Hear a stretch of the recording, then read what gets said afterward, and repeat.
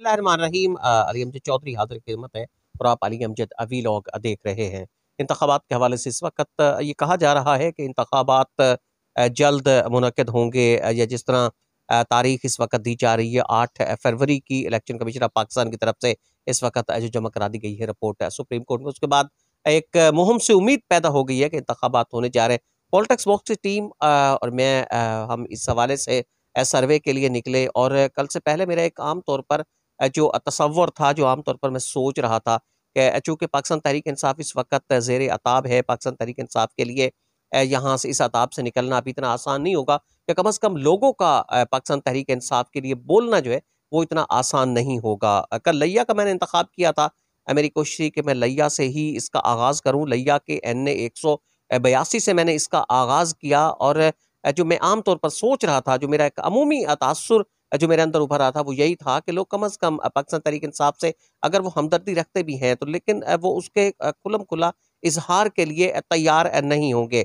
लेकिन कल जो लोगों के जज़्बात थे, जिस तरह के लोगों की मैंने कल गुफ्तगू सुनी, वो इंतहाई हैरानकुन थी, और मैं तवक्को नहीं कर रहा था कि ऐसा हो सकता है। लेकिन एक बड़ी जो है तब्दीली इस वक़्त मज़ीद देखने के लिए मिल रही है। मैं इंतख़ाबात पहले भी कवर कर चुका हूँ। ज़िमनी इंतख़ाबात मैंने 20 में से 12 हल्के उस वक़्त कवर किए थे। फिर उसके बाद जब अप्रैल के अंदर ये फ़िज़ा बन रही थी, तो उस वक़्त भी मैं 90 हल्के मैंने सूबाई असम्बली के वहाँ के कवर किए थे। सर्विस की में जहांगीर तरीन साहब के जो हल्के हैं, वो भी उसके अंदर शामिल हैं।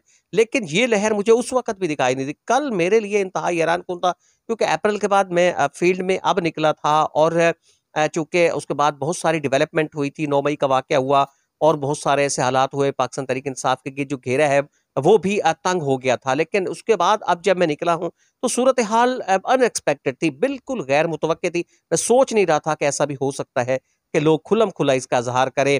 और बाज़ औक़ात मैं माइक उनकी तरफ नहीं भी करता। एक खातून थी, उसने मुझे हैरान कर दिया, मैंने माइक उसकी तरफ नहीं किया, लेकिन वो खुद आके और वो इमरान खान की फ़ेवर कर रही थी। अब बहुत सारे लोग ये कहेंगे कि ये जानिबदाराना किस्म के जो तज्ज़िये हैं, जानिबदाराना किस्म के सर्वेस हो रहे हैं। तो मैं उनके लिए वाज़ेह तौर पर उनसे कहना चाहता हूँ कि अगर कोई भी उनमें से चल सकता है, तो वो देख सकता है कि और तमाम बड़ी हैरत अंगेज़ किस्म की डेवलपमेंट थी, हैरत अंगेज़ किस्म की अचीवमेंट थी, जिससे आने वाला जो सिनेरियो है वो वाज़ेह हो रहा है। मैं ज़ाती तौर पर सहाफ़त के एक तालिब-इल्म की हैसियत से ये समझता हूँ कि जिस तरह आम तौर पर तवक्कुआत की जा रही हैं कि शायद यहाँ पे कोई बड़ी रिगिंग हो सकती है, बड़ी धाँधली हो सकती है, या बड़ा धाँधला हो सकता है, तो मुझे ऐसा कम से कम नहीं लग रहा। जहाँ तक माज़ी के अंदर हमने देखा है कि धाँधली वहाँ तो हो सकती है जहाँ आपका 2 से 4,000 का, 6,000 का डिफ़र हो, इतना एक फ़र्क हो, वहाँ तो मुमकिन हो सकता है। लेकिन ऐसी सूरत-ए-हाल जो मुझे यहाँ दिखाई दी अप्रैल के बाद, ये मेरा पहला सर्वे था, इसके अंदर जो दिखाई दी है, ये सूरत-ए-हाल इंतहाई खौफ़नाक है। पाकिस्तान तहरीक-ए-इंसाफ की जो हरीफ़ जमातें हैं, उनके लिए ये सूरत-ए-हाल बहुत ही ज़्यादा खौफ़नाक है, और इस बुनियाद पर मैं आज ये प्रेडिक्ट भी कर रहा हूँ कि मुझे नहीं लगता कि इंतखाबात की तरफ इस वक़्त जाया जाएगा, क्योंकि सूरत-ए-हाल बहुत ही ज़्यादा परेशान-कुन है पाकिस्तान तहरीक-ए-इंसाफ की हरीफ़ जमातों के लिए, और लाज़मी तौर पर इंतखाबात की तरफ कम से कम मुझे इंतखाबात होते हुए दिखाई नहीं दे रहे।